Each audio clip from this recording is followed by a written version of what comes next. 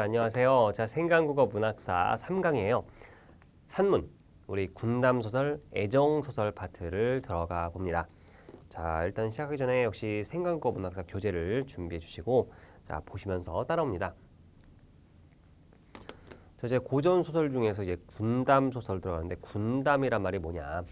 군은 이제 군대를 얘기해요. 담은 이야기. 그래서 이제 전쟁 이야기다라고 생각하면 되는데 좀 더 정확하게 말씀드리면 군담 소설이라고 하는 것은 주인공의 어떤 그런 전쟁의 어떤 활약상 이런 것들이 들어가 있으면 군담 소설로 분류가 됩니다. 예를 들어서 뭐 적군의 목을 주인공이 베었다든지 뭐 이런 식으로 이제 전쟁에 관련된 어떤 그런 얘기가 들어가면 자, 군담 소설인데 그래서 군담 소설은 일반적으로 이제 이 남학생들이 많이도 좋아하죠. 특히 전쟁 장면, 적군을 이제 물리치는 어떤 그런 전략을 짜는 그런 장면 그런 부분들에 대해서 이제 애정을 가지고 있는 그런 남학생들이 많죠. 물론 이제 여학생들도 이제 우리 전쟁 부분을 좋아하는 경우가 많고, 자 그러면 군담 소설에는 박시전, 홍계월전, 유춘열전, 최척전, 임진록 등이 있는데, 자 보면 이제 대부분 그 당시 어떤 그런 시대적 배경과 무관하지가 않다라고 하는 거예요. 그래서 그냥 전쟁이 나왔다라기보다는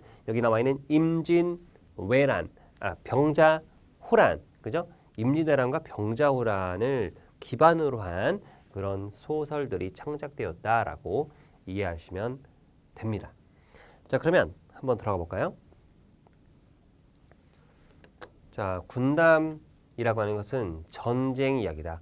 자, 군사, 군, 말씀, 담. 그래서 전쟁에 대한 이야기인 거죠.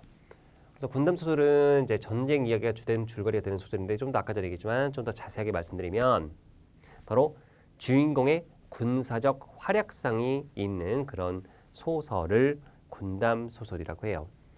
그래서 전쟁 이야기가 주된 줄거리가 되는 소설을 말합니다. 그래서 임진왜란 이후에 발생해서 조선 후기에 유행했던 한글 소설의 한 유형이다. 근데 이렇게 생각하면 돼요. 여기 여러분들이 질문이 있을 거야. 조선 후기 이전에 조선 전기 때는 왜 군담 소설이 없었냐? 왜 임진왜란 이후에 발생한 걸까라는 그런 의문이 있을 수 있는데 임진왜란 이전에는 제대로 된 어떤 그런 전쟁을 겪어본 적이 없잖아요.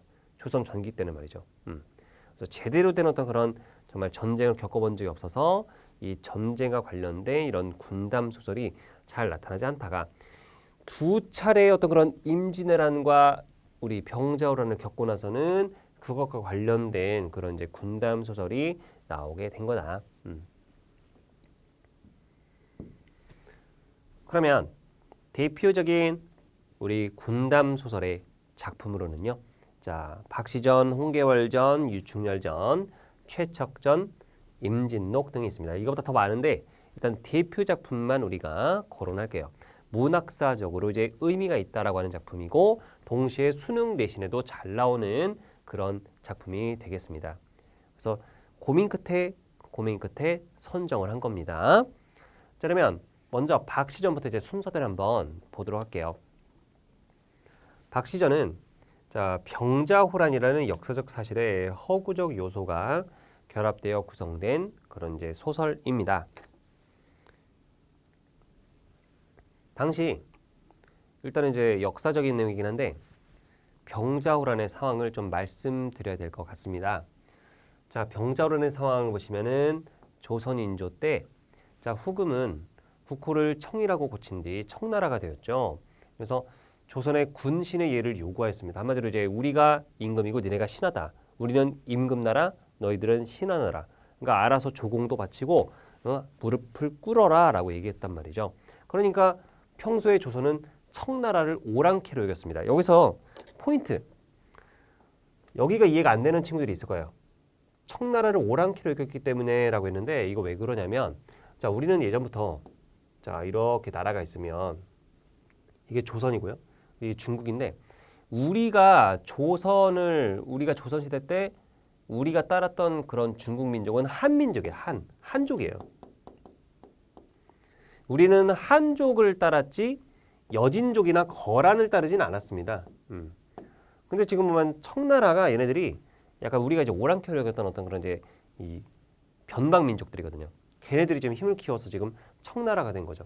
그러니까 지금 청나라가 지금 명나라를 한족들인 명나라를 갖다가 지금 이제 막 물리치고 있는 어떤 그런 상황이었던 거예요. 그래서 우리는 청나라를 갖다가 그 출신을 따져보고 오랑캐로 여겼기 때문에 당연히 야, 우리가 어떻게 너희들의 신하나라가 되냐? 이건 말이 안 된다라고 얘기를 한 거죠. 그러자 무서워요. 청나라 태종이 20만 대군을 거느리고 침략을 했다. 그때 이제 인조는 남한산성으로 피란하여 청군에 대항했으나 결국 청에 항복하고 말았다라고 되는데 이 과정이 참 정말 허무합니다. 왜냐하면 우리가 임진왜란 겪었으면 나름대로 군사적으로 좀 더 이렇게 보강을 해야 되는데 우리가 적에 대해서 너무 무지했어요. 그러니까 적을 알아야, 그죠? 적을 알아야만 이게 대비가 가능한 것인데 우리는 이 청나라 군대에 대한 파악 자체가 제대로 안 됐어요. 자, 보여드릴게요. 이런 식이야. 자, 중국이 있고 지도를 괜히 지었네. 이렇게 있으면 어이가 없는 게 우리나라를 좀 크게 그려야겠네. 자, 이렇게 있으면 이제 어떤 상황이 된 거냐면 이렇게 된 거예요. 적들이 쳐들어오잖아. 그러면 우리는 여기 성들이 있어. 성. 자, 예를 들어 성이 이렇게 있습니다. 그러니까 예전에 이제 중국에서 우리나라를 쳐들어온 게 그렇게 많지 않은데 옛날에 쳐들어올 때는 이런 식으로 쳐들어왔어요. 각 성을 갖다가 다 이렇게 이제 공략을 하면서 이렇게 내렸단 말이에요. 왜냐면 그냥 쭉 내려오면 뒤에서 뒤통수 맞아요. 예. 이 성에서 뛰어나와가지고 뒤를 공략하면 이게 그 진영이 망가지잖아. 그러니까 중간중간에 배치되어 있는 성을 갖다가 다 이렇게 뿌개면서 이렇게 이제 내려오는 그런 방식을 취했단 말이에요. 그러다가 이제 예전에 보면 수나라 같은 경우는 을지문덕에게 막히고, 그죠? 뭐 강감찬한테 막히고 그랬었잖아요. 그런데 이번에는 좀 달라. 왜냐면 이때 청나라는 그냥 육군이 아니었습니다. 그 전에 우리가 중국에서 수나라나 당나라에서 쳐들었을 때는 걔네들은 육군이었습니다. 육군, 주로 육군이야. 수군도 있었지만 육군인데 이때 청나라는 기마병이었습니다. 말을 타고 다니는 기마병이야. 속도가 달라요. 그래서 어떻게 된 거냐면 자, 보여드릴게. 자, 성이 있잖아. 성이 있으면 이렇게 성이 있어. 그럼 이제 밑에서는 이 성에서 다 이제 공략을 해줄 거라고 생각하고 이제 방비를 안 하고 있는데 얘들이 속도가 빠르잖아. 그래서 그냥 이렇게 한 거야. 청나라 중국에서 그냥 쫙 치고 내려온 겁니다. 그냥 주변 성을 다 그냥 무시하고 뭐야 뭐지 하는 사이 그냥 기마병 가지고 쭉 내려와서 한 번에 한양으로 쳐들어온 겁니다. 도읍지로. 그러니까 이렇게 된 거예요. 그러니까 뭐 손도 못 써보고 그냥 쭉 그냥 내달리니까 그래서 갑자기 어디로 등장하냐면 깜짝 놀라는 그런 소식을 들어요. 이 궁궐에서. 아니 이게 어떻게 된 일이야? 뭐라고? 적군이 벌써 홍제까지 침범했다고? 홍제라고 하는 것은 이제 홍제역이라고 해서 서대문구 쪽입니다. 그쪽에 이미 침입을 한 거예요. 그래서 남한산성으로 이제 도망간 거지. 그죠? 어떻게 할 도리가 없어가지고. 그래서 이렇게 한 번에 기마병이라는 특성을 이제 모르고서 이제 당했죠. 그래서 인조는 남한산성으로 피란하여 청군에 대항했지만 결국 상대가 안 되죠. 그래서 결국 청에 항복했고요. 그동안 오랑캐로 여겨왔던 여진족이 세운 나라의 신하의 예를 행하고 임금이 굴욕적인 항복을 했죠. 어디서? 지금의 그 잠실 롯데월드에 있는 그 삼전도라는 데가 있는데 그 삼전도에서 그냥 여진족 황제, 청나라 황제에게 머리를 조아리면서 굴욕적인 어떤 그런 항복을 했죠. 그래서 이런 사실은 조선인에게 큰 충격이었습니다. 우리가 무시했던 여진족에게 머리를 조아리고 우리가 항복을 했다라고 하는 것은 정말 큰 충격. 그래서 이후 오랑캐에게 당한 수치를 씻고 임진왜란 때 도와준 명나라에 대한 의리를 지켜서 청나라에 복수하자는 북벌운동이 전개되었다라고 되어 있습니다. 하여튼 결론적으로 얘기하면 병자호란은 우리가 졌어요. 완벽하게. 임진왜란 같은 경우는 우리가 결론적으로 이기긴 했지만 많은 상처를 입고 이겼고 병자호란은 일방적으로 그냥 깨졌다. 그런데 하지만 박씨전에는 박씨 부인의 능력으로 인해서 청나라와의 전쟁에서 승리하는 것으로 제시되어 있습니다. 실제로는 우리가 졌는데. 그럼 이거는 우리 친구들이 이렇게 얘기할 수 있죠. 역사 왜곡 아니냐. 근데 여러분도 이제 요즘 드라마 보면은 그 역사 드라마 사극이나 이런 거 보면은 막 게시판에 많잖아요. 이거 역사 왜곡이다라는 식으로 이제 되게 진지하게 접근하는 경우가 많잖아요.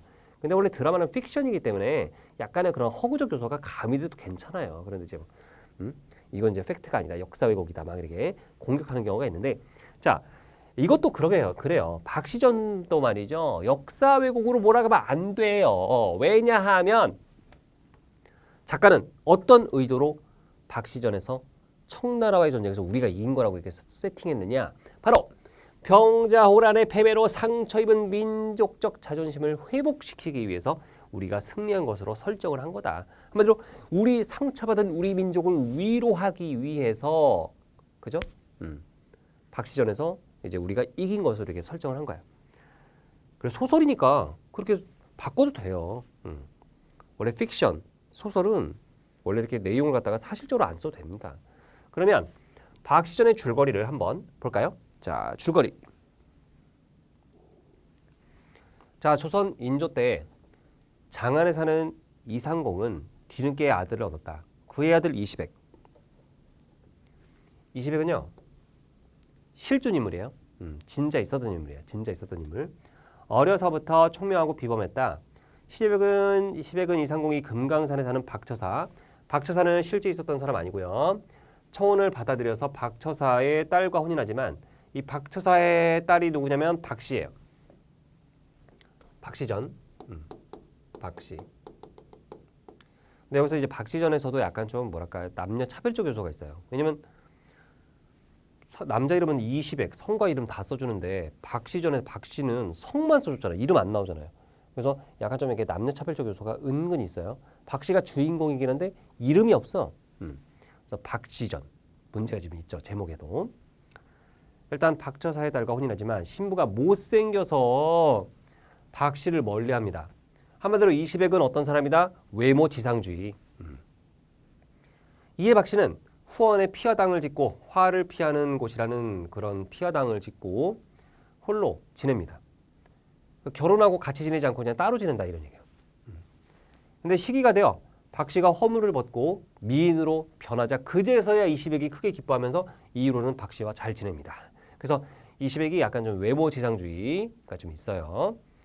그런데 이제 사실 외모 지상주의라고 하지만 외모를 우리가 사람을 보면서 외모를 안 보는 경우는 없기 때문에 그렇다고 이시백을 너무 이렇게 비판적으로 너무 몰아가면 본인이 약간 이렇게 위선적인 사람이 될 수도 있겠죠. 네.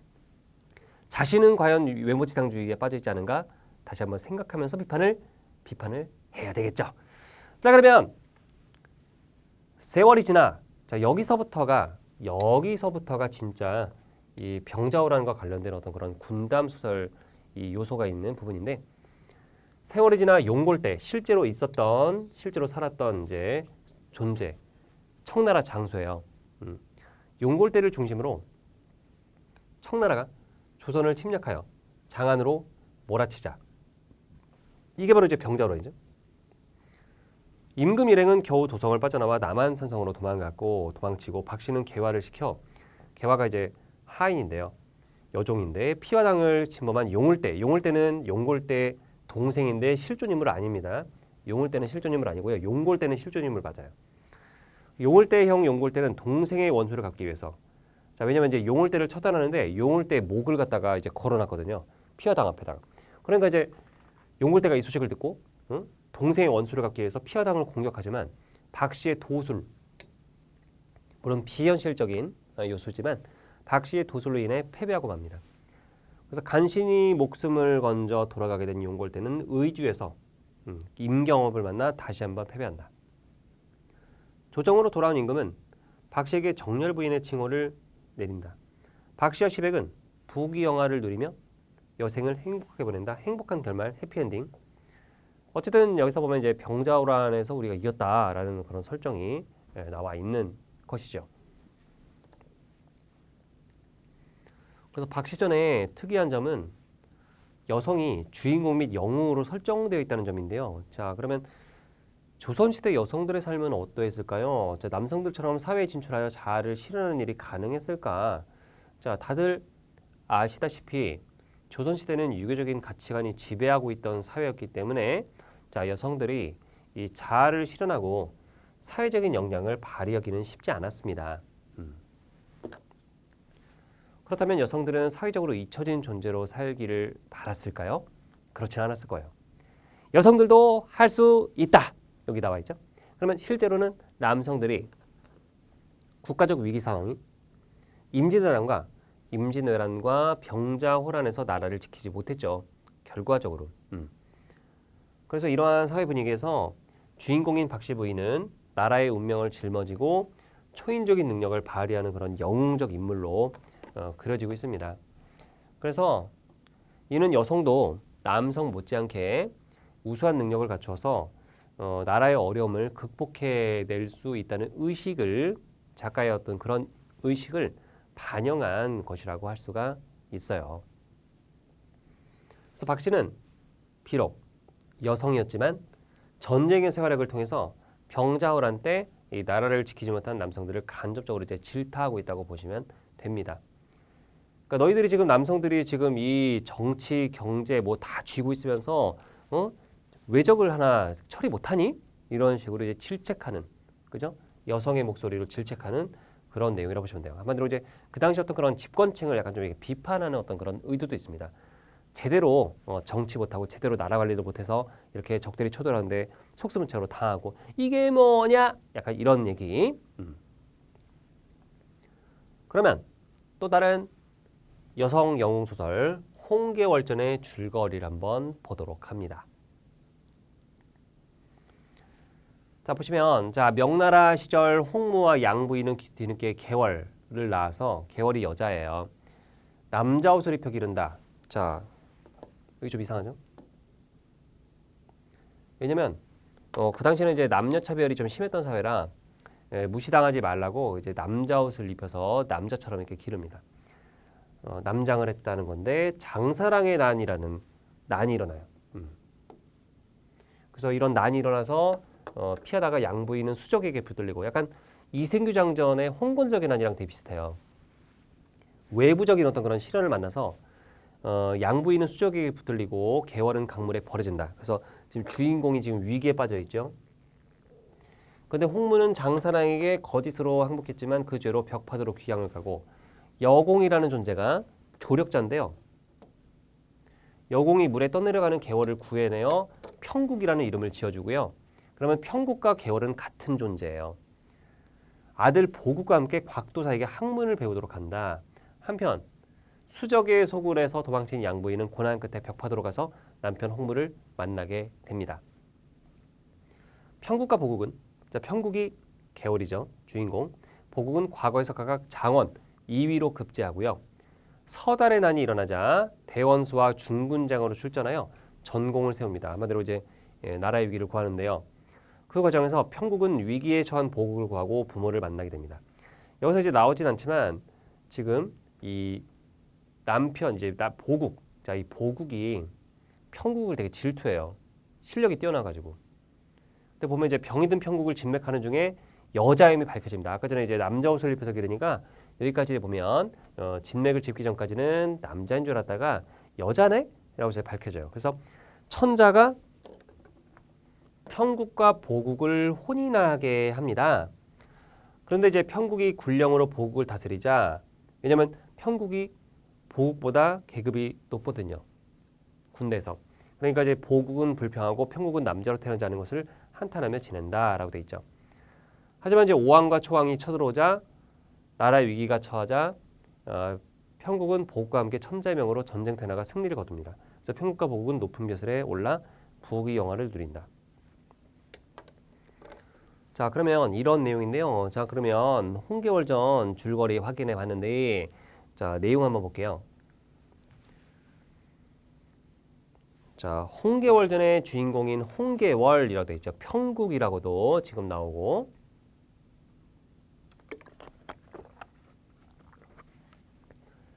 선천적으로 탁월한 능력을 갖춘 영웅적 인물입니다. 그래서 평국이라는 이름으로 남장을 하고 과거에 응시하여 장원으로 급제하는 등 능력을 인정받아요. 하지만 평국은 남편인 보국과 갈등을 겪어요. 왜냐하면 약간 이제 자격지심이 있어요. 보국은 평국이 능력이 더 뛰어나니까 여자가 그러니까 남자인 자신보다 여자가 능력이 뛰어난 거가 너무 꼴보기 싫은 거예요. 쉽게 얘기하면. 이게 왜 그러냐면 이제 남녀차별 시대에 살아서 그렇습니다. 남녀차별 시대에 살면은 이런 인식을 가지고 있어요. 남자는 우월하고 여자는 열등하다. 이런 식의 개념을 가지고 있는데 여자가 또 나보다 능력이 뛰어나니까 견딜 수가 없는 거죠. 근데 오늘날의 사회는 아니죠. 오늘날의 현대 사회는 남녀 평등 사회이기 때문에 여자가 능력이 뛰어나도 뭐 그럴 수도 있지. 당연히 그런 거죠. 남자가 뛰어날 수도 있는 거고 여자가 뛰어날 수도 있는 거고 지금은 남녀 평등의 사회이기 때문에 남자는 남자 이렇고 여자는 이렇다 이런 개념 없잖아요. 그죠? 그리고 남자가 할 수 있는 영역을 여자가 많이 침범 영역을 이렇게 들어오기도 하고 여자만이 할 수 있는 영역을 남자가 이렇게 하기도 하고 이제 다 섞였어요. 뒤섞였어. 지금은 남자는 이렇고 여자는 이렇다 이런 개념이 없어요. 그냥 다 똑같은 사람이지. 그런데 여기서는 보면은 그죠? 보국이 지금 평국에게 어떤 열등감을 가지고 있어요. 그래서 보국이 홍계월이 여자라는 이유만으로 계월의 능력을 인정하지 않고 남성의 권위를 이용해서 계월을 무시하는 모습을 보여주는데요. 자, 이를 통해서 열등감을 극복하려는 모습을 보여줍니다. 하지만 전쟁에서 계월이 위기에 처한 남편 보국을 구함으로써 보국은 드디어 자기 목숨을 살려줬으니까 그제서야 보국은 아내 계월의 실력을 인정하게 되는 거죠. 그래서 남성 중심 사회에서 남성보다 나약하고 열등한 여성에게 반대로 남성이 여성에게 복종하는 여성 영웅소설의 내용은 남성들에게는 좀 충격적이었지만 여성 독자들에게는 좀 통쾌감을 주었을 것 같아요. 그래서 여성 영웅소설로서의 홍계월전은 문학사적으로 좀 남다른 의미를 갖는데요.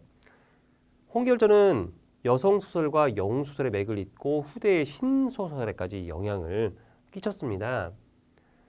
또한 여성을 주인공으로 삼아 소재의 영역을 확대했고요. 또 여성의 한계를 극복하여 남성과 대등한 그런 여성의식을 고취함으로써 여권 신장, 그 다음에 이제 여성 출세, 남녀 평등에 기여했다는 그런 평가를 받고 있어요.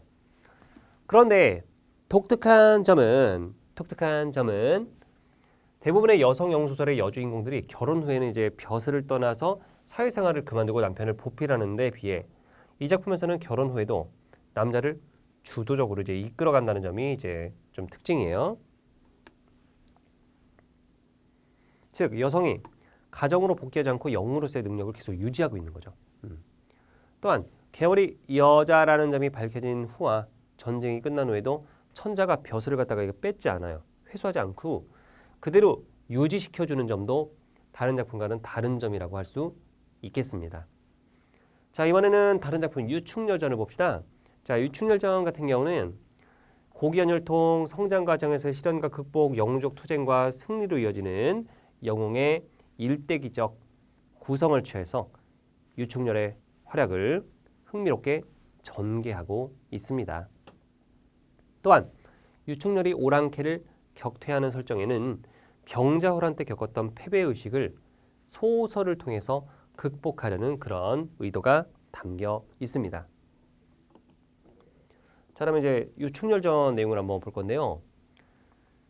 자, 중국 명나라 개국공신의 후예인 유심은 자, 휴대폰 유심이 아니에요. 자, 유심은 늦도록 자식이 없어 한탄하다가 부인과 남악산에 치성을 데리고 신이한 태몽을 꾼 뒤 유충렬을 얻게 됩니다. 그래서 유충렬의 아빠 유심, 유충렬의 엄마 부인, 장부인입니다.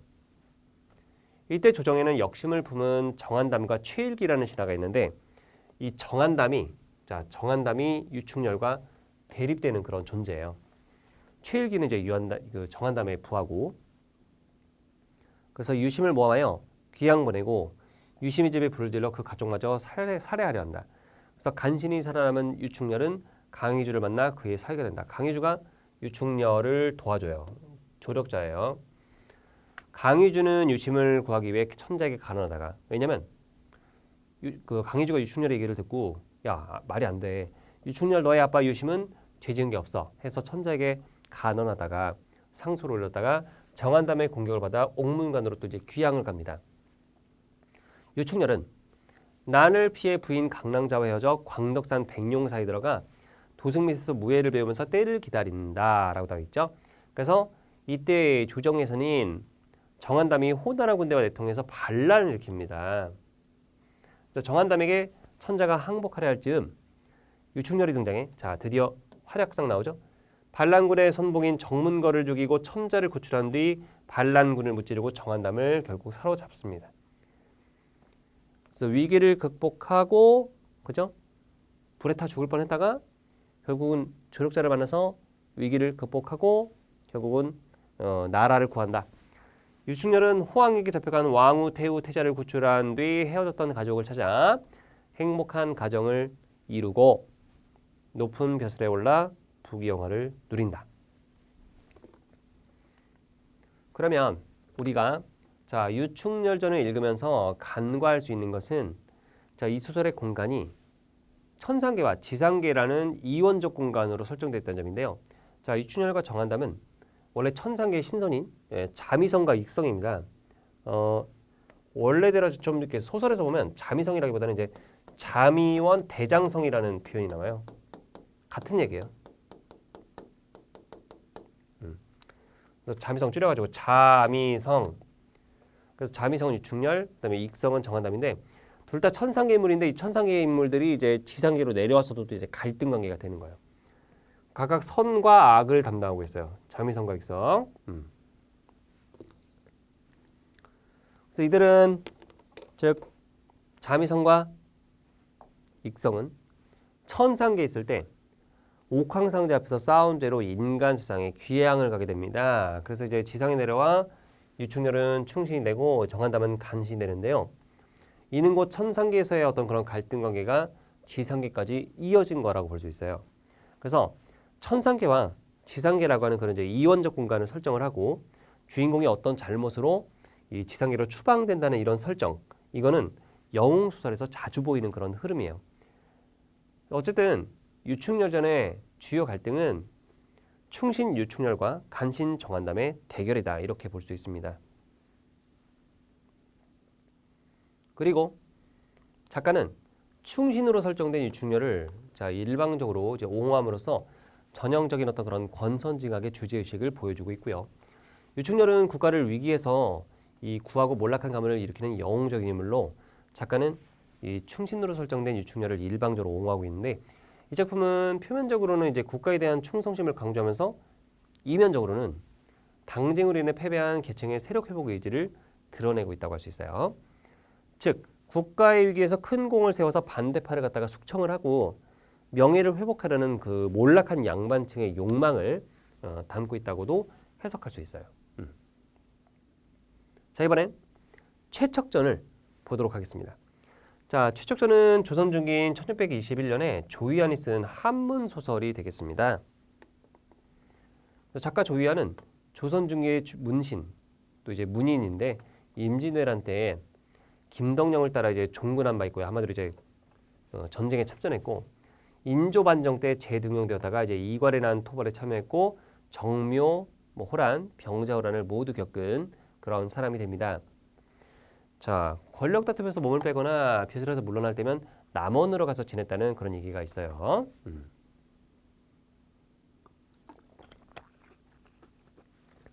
자, 조희안은 자신의 전쟁 경험을 바탕으로 해요. 왜냐하면 전쟁 경험이 풍부하니까.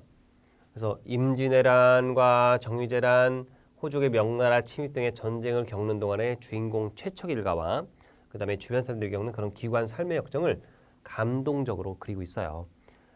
역사상 실제 있었던 전쟁 상황을 시대적 배경으로 하고 또 남원을 중심으로 한 그런 조선, 일본, 중국, 만주, 베트남 등 매우 사실적이고도 드넓은 지역을 공간 배경으로 설정하고 있다는 점이 특징이에요.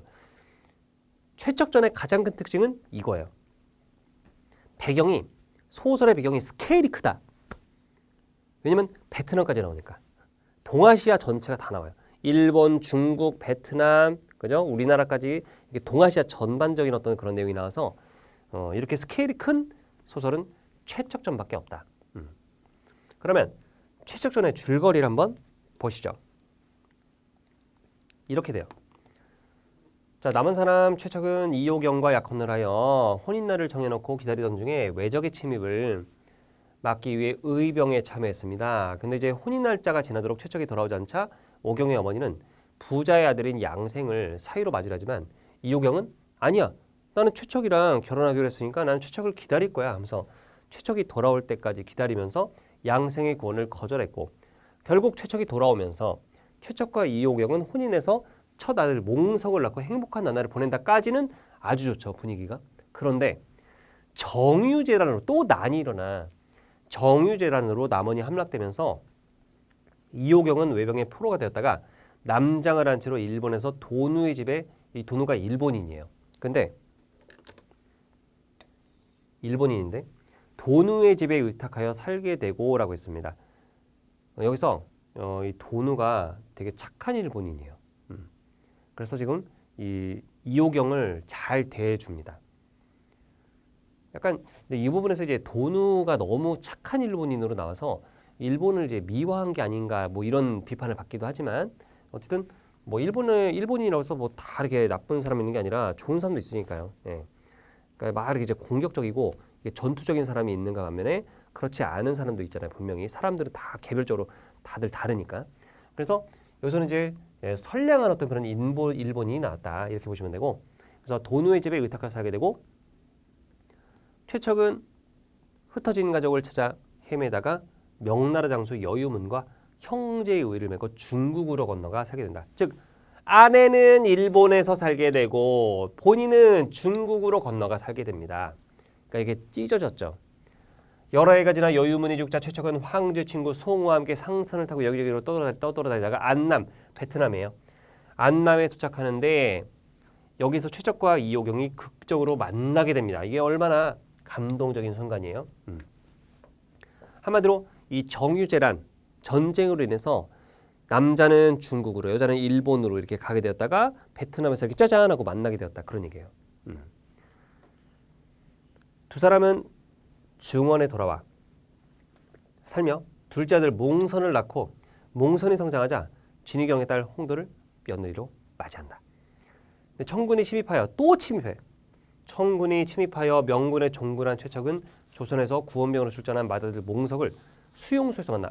맏아들 몽석이 지금 보면 포로로 잡혀 있었네요. 그래서 귀국하는 도중에 우연히 진희경도 만나 함께 돌아온다. 그래서 오경도 몽선홍도 함께 구살생으로 귀국해서 온 가족이 상봉. 결국 다 만나게 돼. 그래서 행복한 삶을 누린다라고 되어 있습니다. 스케일이 엄청 커요.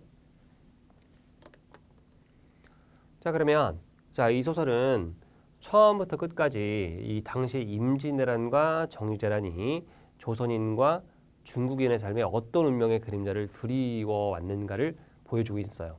특히 정말 감동적인 부분이라고 하면은 최척과 이호경이 극적으로 제외하는 부분인데요. 임진왜란과 정유재란이라는 전쟁을 치르면서 발생한 이산가족에서는 끝도 없이 많았고요. 경제적인 혼란, 기아와 온갖 전염병까지 돌았던 최악의 상황에서 이 부부의 재회는 매우 극적이고 드문 일이었기 때문에 감동으로 다가오는 거예요.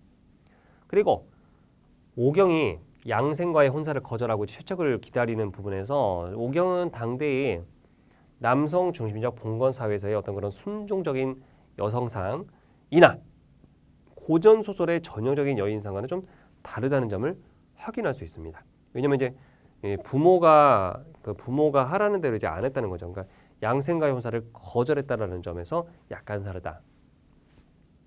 특히 이런 부분. 오경은 자신의 의지에 따라서 배우자를 선택하고자 했다라고 하는 거. 이게 좀 다르다라고 하는 거예요. 일반적인 어떤 그런 고전 소설의 여인상과는 다르다. 그리고 이제 전쟁으로 인한 역경을 스스로 극복하고자 했고 자신의 운명을 스스로 개척해 나가면서 어려움을 헤쳐나갈 수 있는 다양한 역량을 지닌 여장부의 면모를 지니고 있는 거죠. 즉 오경은 적극적이고 진취적인 여성상을 보여주는 그런 인물이라고 할 수 있습니다.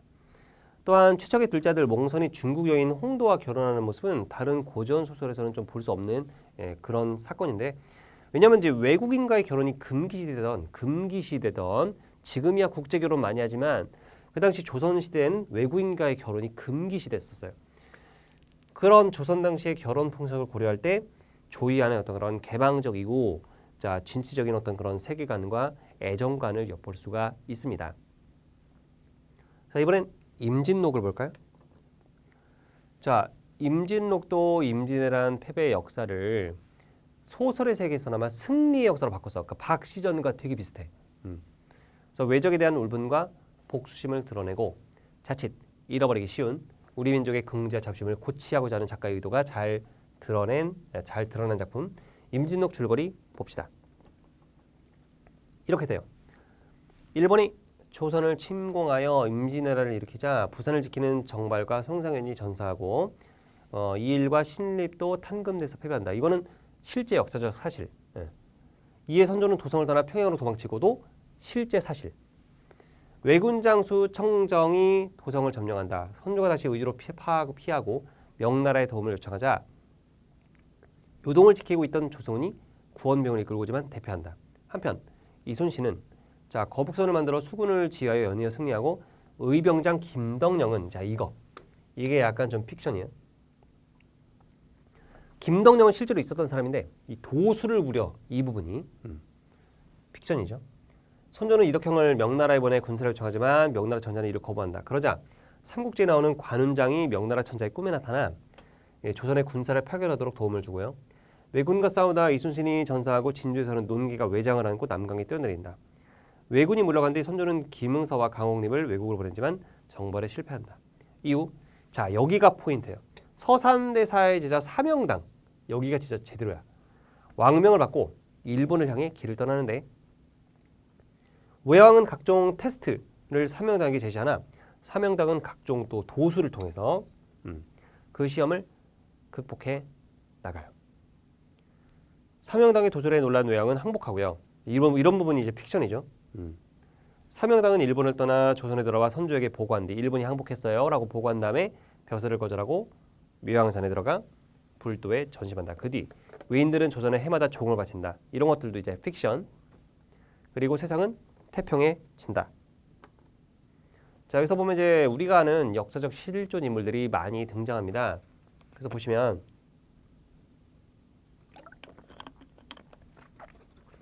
외적이 쳐들어왔을 때 나라를 구하려고 일어선 민족적 영웅들 이순신, 강옥립, 김덕령, 사명당 등의 활약상이 잘 드러나 있는데 이 중에서 일본에 건너가 항복을 받아온 사명당의 이야기가 가장 인상적이죠. 그래서 물론 이순신이 어린 나이에 왜군을 무찌르고 사명당이 외왕의 항복을 받아내는 일은 허구적 요소가 좀 반영된 것이지만요. 이 소설은 임진왜란 중에 활약한 인물들의 영웅적 활약상을 나열하는 방식으로 전개되는 독특한 구성을 보여주고 있는데 이런 특정 인물의 삶을 중심으로 전개되는 이제 고전 소설의 일반적 구성과는 다르다 이렇게 볼 수 있어요. 이제 애정 소설입니다. 애정 소설은 이제 이렇게 조선시대 때 춘향전부터 시작해서 수경낭자전까지 이런 소설들이 이제 일반적으로 우리에게 알려진 애정 소설인데요. 조선시대에도 남녀간의 사랑은 뜨거웠어요.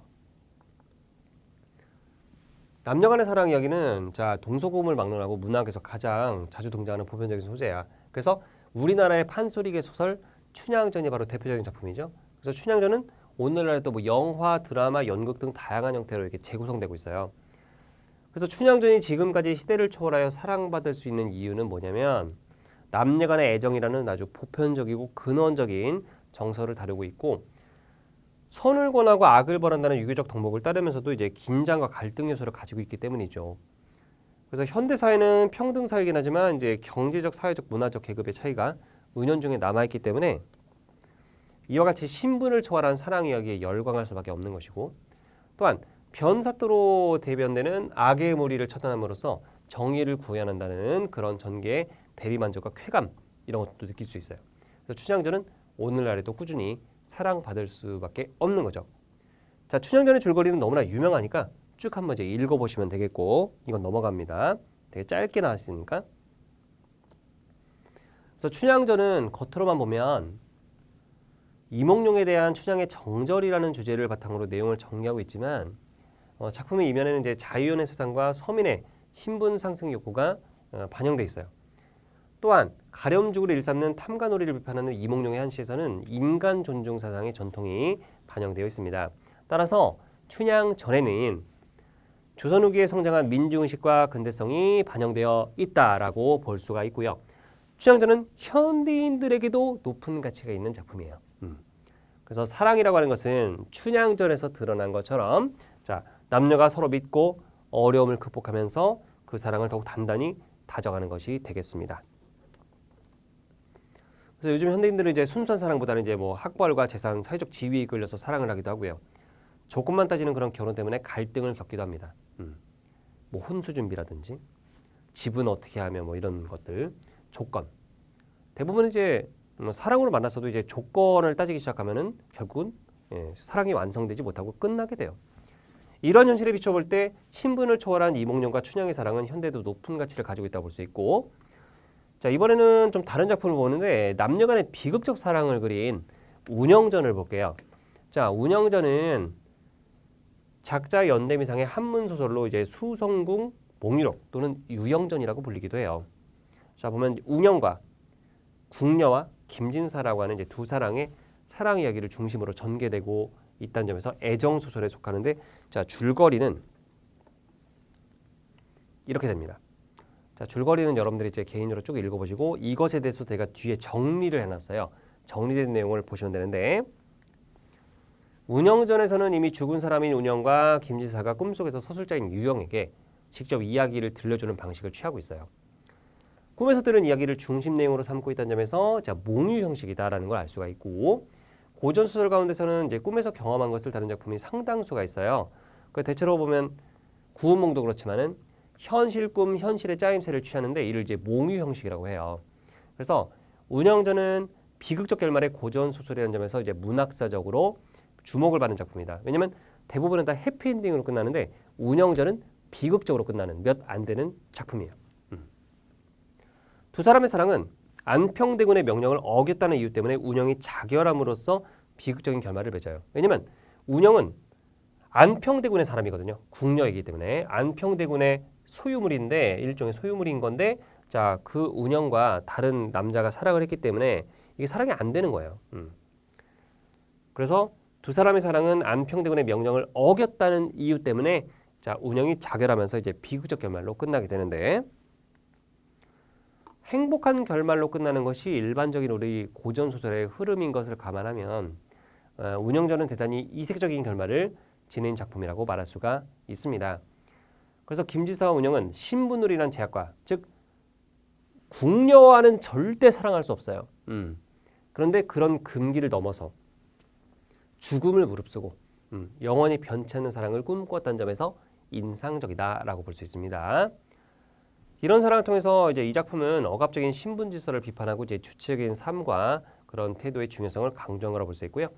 자 그러면 운영전과 자, 유사하게 사랑의 비극성이 주요한 모티브로 작용하고 있는 작품으로 주생전이 있습니다.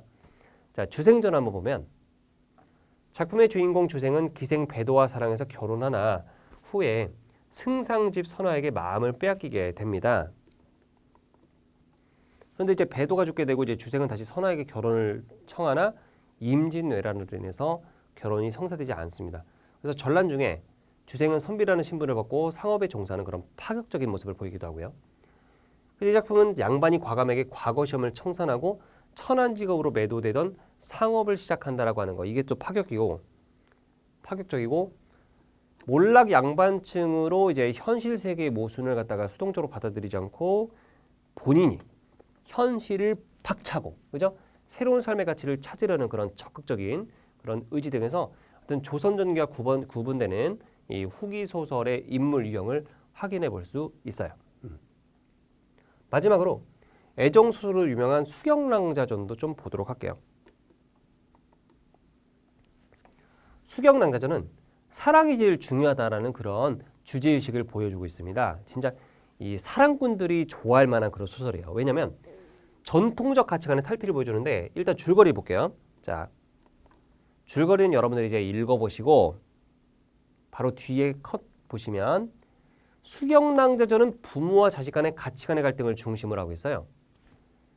왜냐하면 당시 조선시대 부모들은 자식의 결혼을 결정할 수 있는 권리를 갖고 있다고 생각했어요. 그래서 연애 결혼 안 돼. 웬만하면 연애 결혼 안 되고 다 그냥 부모들끼리, 양가 부모들이 정해줘가지고 결혼시키는 거예요.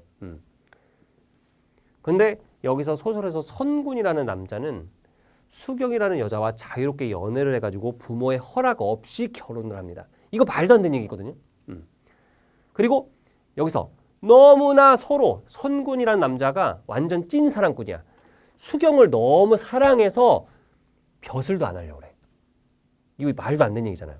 그래서 입신양명 같은 거, 출세 같은 거는 부부 생활에 장애가 된다고 판단하면서 자, 부부간의 애정을 삶의 가장 큰 보람으로 생각하고 있다.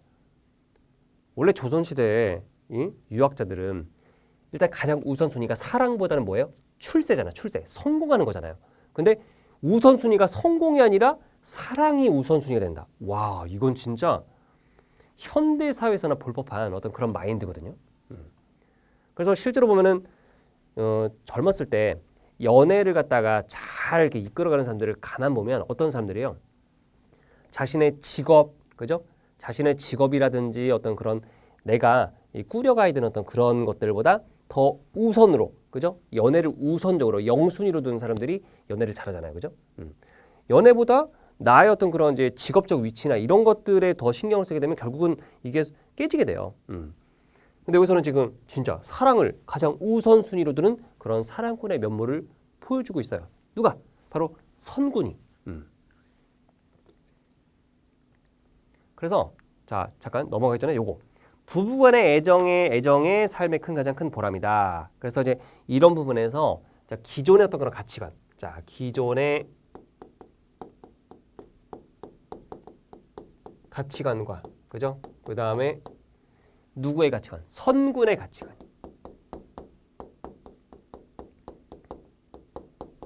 그러니까 수경낭자전이 이제 수경낭자가 주인공이지만 여기서 선군의 가치관이 기존의 가치관과 이렇게 대비되고 있어요. 그래서 사랑 중심. 기존의 가치관은 당연히 출세 중심이지만 아니다. 출세보다는 사랑이 더 우선순위가 되어야 한다라고 하는 그런 사랑꾼의 면모를 이제 보여주고 있죠. 근데 이제 당시의 독자들은 이런 것들이 되게 극단적이다. 아니 야 그래도 출세를 하고서 이제 이 부부간의 어떤 연을 이어가야지. 뭐 계속 이렇게 놀기만 하면서. 그러니까 선구는 수경이랑 놀기만 해. 하루 종일 그냥 수경하고만 있으려고 하는 어떤 그런 모습을 보여줘요.